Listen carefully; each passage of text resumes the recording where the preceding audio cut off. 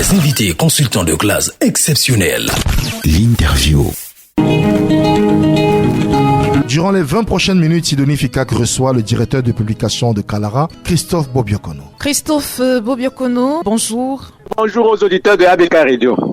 Vous êtes directeur de publication de l'hebdomadaire du monde juridico-judiciaire Kalara et avec vous, nous revenons sur quelques décisions de justice rendues pour davantage en comprendre les conclusions et des procès en cours pour avoir des informations sur leurs évolutions. Mais avant d'y arriver, Christophe, nous allons nous intéresser à quelques-unes du journal Kalara paru le 18 juillet 2023. Donc, la grande une du journal Kalara du 18 juillet 2023, titre « Cache-cache quand le TCS affiche sa honte face à ses propres décisions ».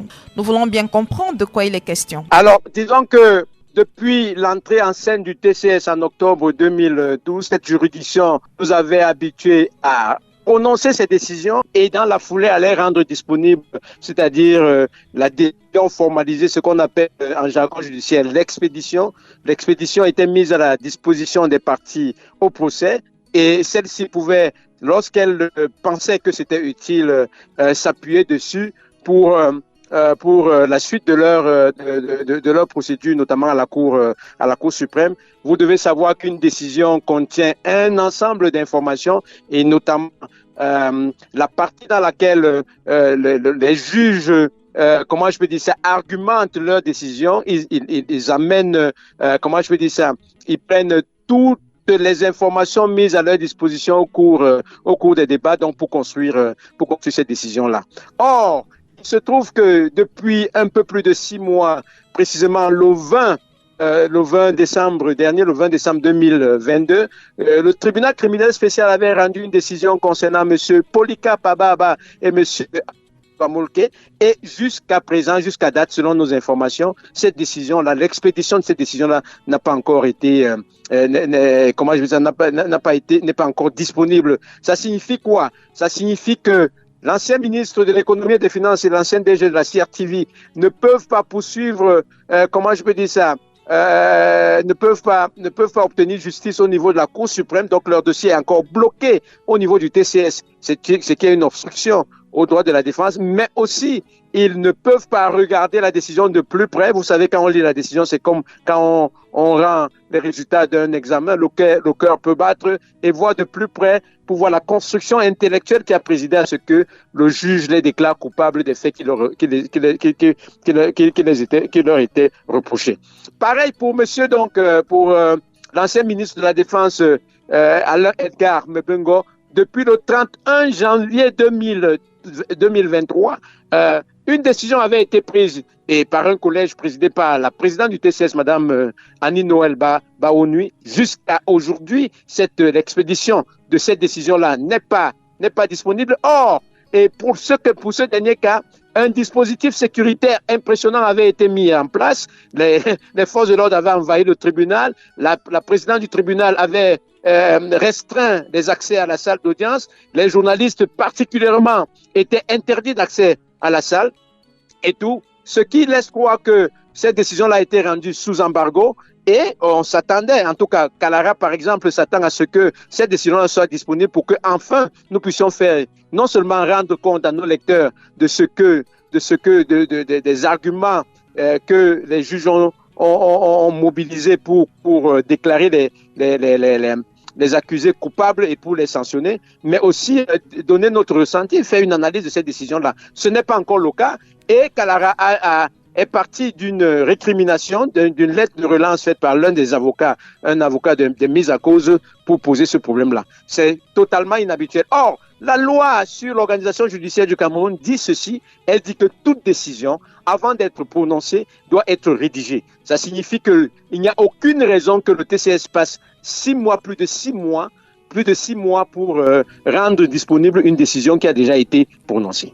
En petite une du journal Kalara, paru le 18 juillet 2023, nous pouvons retrouver notre article contre-interrogatoire, le face-à-face entre Emmanuel Lebou et la belle-sœur de Amougou Belinga. Emmanuel Lebou, rappelons-le, c'est cet ancien chef de la cellule informatique de l'ancienne direction de la solde du ministère des Finances, ayant déjà fait objet d'une condamnation à 104 années de prison dans le cadre d'une affaire de détournement de 1,8 milliard de francs CFA par mois pendant 10 ans. Il a subi donc une contre-interrogation face à la belle-sœur entre guillemets. Vous avez bien voulu mettre belle-sœur d'Amougou Belinga entre guillemets. Est-ce qu'il s'agit ici d'une nouvelle affaire ou de celle qui a déjà abouti à sa condamnation à 104 ans de prison? Alors d'abord, cette prétendue information selon laquelle M. Emmanuel Lebou aurait été condamné à 104 ans de prison aurait dû vous faire frémir, parce que ce n'est pas le type de décision que les tribunaux camerounais prennent en général. Donc il s'agit là d'une fausse information qui a toujours été relayée par des cabinets noirs qui font croire que M. Lebou a déjà été condamné. Et je vous dis donc que nous avons suivi les affaires qui concernent M. Lebou avant même qu'il ne soit interpellé. Et jamais, je dis à tout jamais, le tribunal criminel spécial n'a rendu aucune décision le concernant pour le moment. Il a 2 affaires qui sont pendantes, qui sont toutes les 2 en cours. L'une d'entre elles a connu les réquisitions du ministère public hier d'ailleurs. Nous y reviendrons dans Kalara, dans notre prochaine édition de Kalara. Et l'autre fait encore l'objet de débat. Et M. Lebou, d'ailleurs, dans ce cadre-là, et ça c'est ce qui ressort de notre dernière parution, a été interrogé et s'est retrouvé face à face avec la belle-sœur, entre guillemets, comme vous venez de le relever, de Madame Amougou Belinga. Donc, je dois insister là-dessus. Monsieur Lebou n'a jamais été condamné à 104 années de prison et n'a jamais été condamné. Christophe Bobiokono, à ce sujet précisément, pourquoi est-ce que les gens gagneraient à donner, à divulguer une telle information en ce qui concerne Monsieur Lebou? Voilà, vous devez savoir, vous devez comprendre les enjeux de cette information-là. Vous devez donc toucher du doigt les dangers qui guettent les Camerounais par rapport à la surexposition aux réseaux sociaux, où n'importe qui peut dire n'importe quoi. Nous avons fait des publications fouillées sur la question. Et d'ailleurs, je voudrais vous dire, si vous regardez très bien, les messages qui ont été souvent véhiculés, on dit le procureur adjoint du tribunal. Est-ce qu'un procureur prend des décisions devant une cour pénale? Ça n'arrive pas. Donc, cette information est tout simplement un non-sens. Je vous dis, vous ne rencontrerez personne au Cameroun qui a été condamné à 104 années de prison. D'ailleurs, en tout cas, moi, comme chroniqueur judiciaire, j'ai jamais vu ce genre de condamnation. Et je vous dis, et vous pouvez mener, et je ne pourrais pas donc me mettre à la place de des cabinets noirs qui, sans doute, pour qu'on ne sache pas exactement ce qui se passe dans ce dossier-là, ont toujours inondé la toile de cette information-là, disant que M. Lebou a déjà été condamné pour... Qui en veut à M. Lebou? Qui lui en veut? Il faut donc comprendre que M. Lebou était effectivement le chef de la cellule informatique de l'ancienne direction de la sorte, qui s'appelle aujourd'hui Direction des dépenses des personnels et des pensions de la Direction générale du budget du ministère des Finances. Et à ce titre, M. Lebou avait dénoncé un certain nombre de choses. Il avait, dans le cadre de ses fonctions, il a été nommé à cette fonction-là depuis 2015. Dans le cadre de ses fonctions, avait découvert un certain nombre de micmacs et tout ça, et qu'il avait dénoncé. Il avait même reçu des lettres de félicitations du ministre des Finances et avait réussi justement à mettre en difficulté donc des réseaux.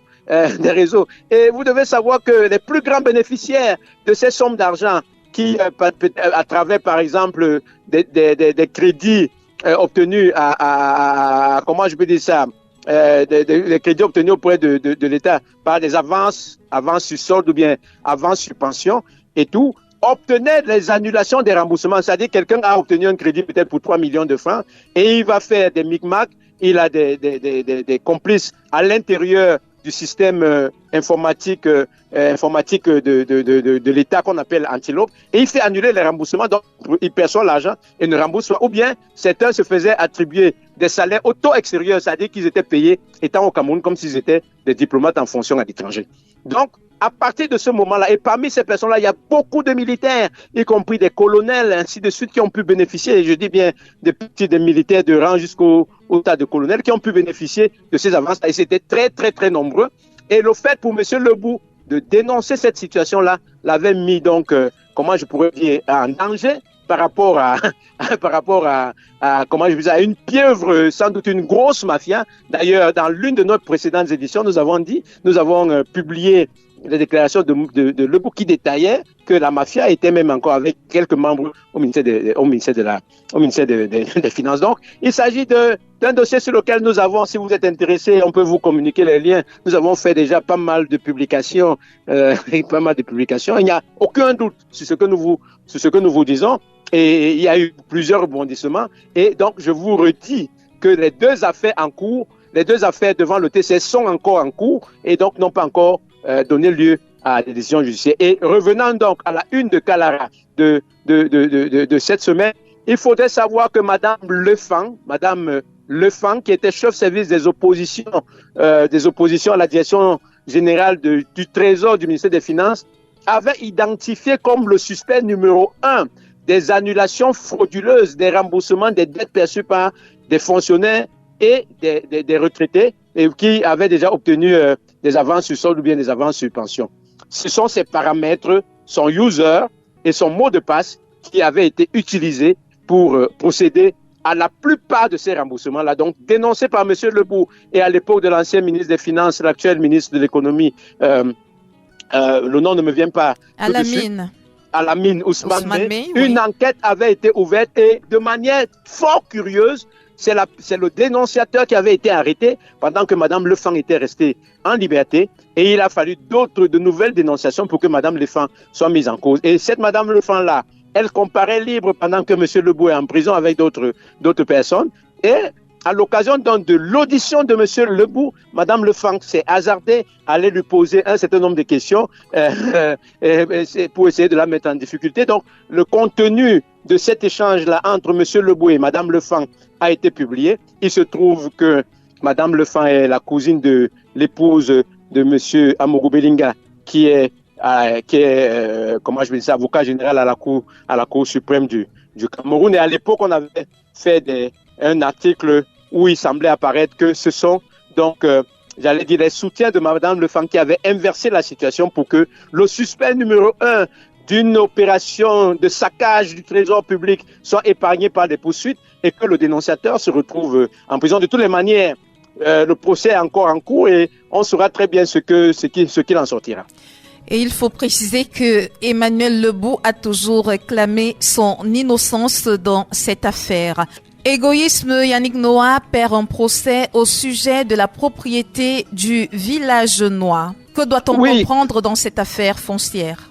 Bon, il faut comprendre de manière générale, là aussi c'est simplement un rebondissement qui nous vient du tribunal administratif de Yaoundé, c'est que l'une des sœurs utérines d'ailleurs de Yannick Noah, du père de Yannick Noah, du défunt père de Yannick Noah, a estimé que son frère, avant de mourir, avait accaparé un bien public, c'est-à-dire des biens laissés par leur père commun.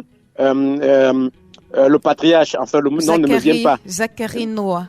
Non, Zacharie Noah est le père de Yannick Noah. Oui. C'est lui qui est accusé d'avoir accaparé les biens laissés par son propre père, décédé à l'occasion du coup d'État du 6 avril 1984.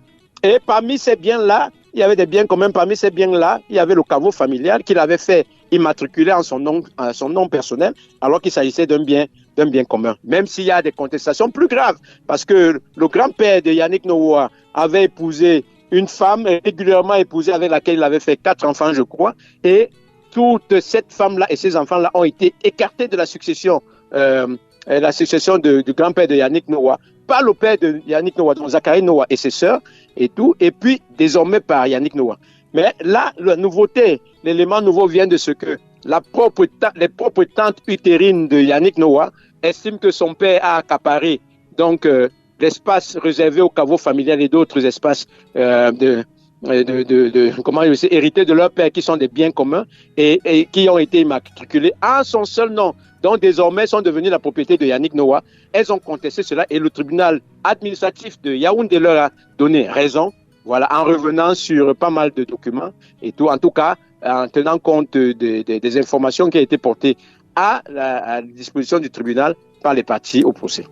Verdict, comment Ivana Essomba a échappé à la prison à vie faut dire que la mort de Brian Fombaor, sauvagement poignardé dans la nuit du 4 au 5 juin 2020, a entraîné un procès qui a duré près de 3 ans. Et l'une des mises en cause de ce procès, c'était Ivana Isomba, épouse Bidjan aujourd'hui. Quels sont les éléments au cours de son procès qui auraient contribué à son acquittement, y compris celui d'autres co-accusés dans cette affaire? Voilà, il faut d'abord bien signaler que Ivana Isomba est effectivement l'épouse de Bruno Bidjan, ou elle est devenue l'épouse de Bruno Bidjan. En cours de procès, elle ne l'était pas au départ. Tout à fait. Et bon, on lui soupçonnait plutôt d'autres relations avec d'autres personnes et que elle était supposée être donc la compagne de ce Brian Fombor. Brian Fombor qui avait été assassiné alors que il roulait dans sa voiture à bord de laquelle se trouvait justement Ivana Isomba, et ici à Yaoundé, aux encablures du stade Omnisport de Yaoundé, lieu dit, je crois, mobile Omnisport. Brian avait été rattrapé par des assassins qui le poursuivaient. Il s'était garé dans une station-service, était sorti de sa voiture, avait été agressé dans sa voiture, avait essayé de s'enfuir en courant, et ces derniers l'avaient regardé. La curiosité dans cette affaire-là, c'est que Madame Ivana Isomba avait été totalement, comment je vais dire ça, avait été suspecté d'entrée de jeu comme étant l'un des accusés, l'accusé principal même de cette affaire, parce que elle avait été totalement épargnée par les agresseurs et que son attitude avait semblé curieuse aux enquêteurs, notamment de la police qui avait mené l'enquête. Mais la plus grosse curiosité, c'est que la justice s'est appuyée sur les images des vidéosurveillance, de la vidéosurveillance publique de la police pour essayer de démêler les chevaux et d'ailleurs essayer d'identifier les personnes impliquées dans la tuerie sauvage de ce Brian Fombor qui était surtout connu comme un garçon de la nuit, amoureux des boîtes de nuit, ainsi de suite. Tout à fait. Mais les images que nous avons vues tout au long du procès ne permettaient pas d'identifier qui que ce soit.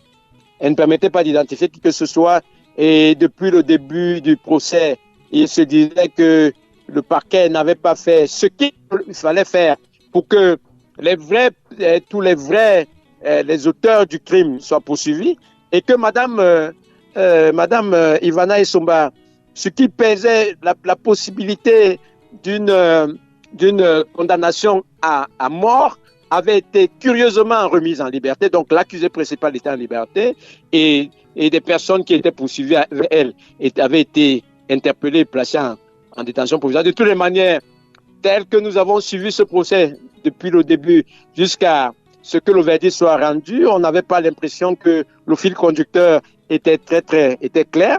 Et donc, nous n'avons pas été surpris, mais alors pas du tout surpris que Madame Ivana Isomba soit déclarée non coupable, parce qu'elle avait déjà d'ailleurs les faveurs de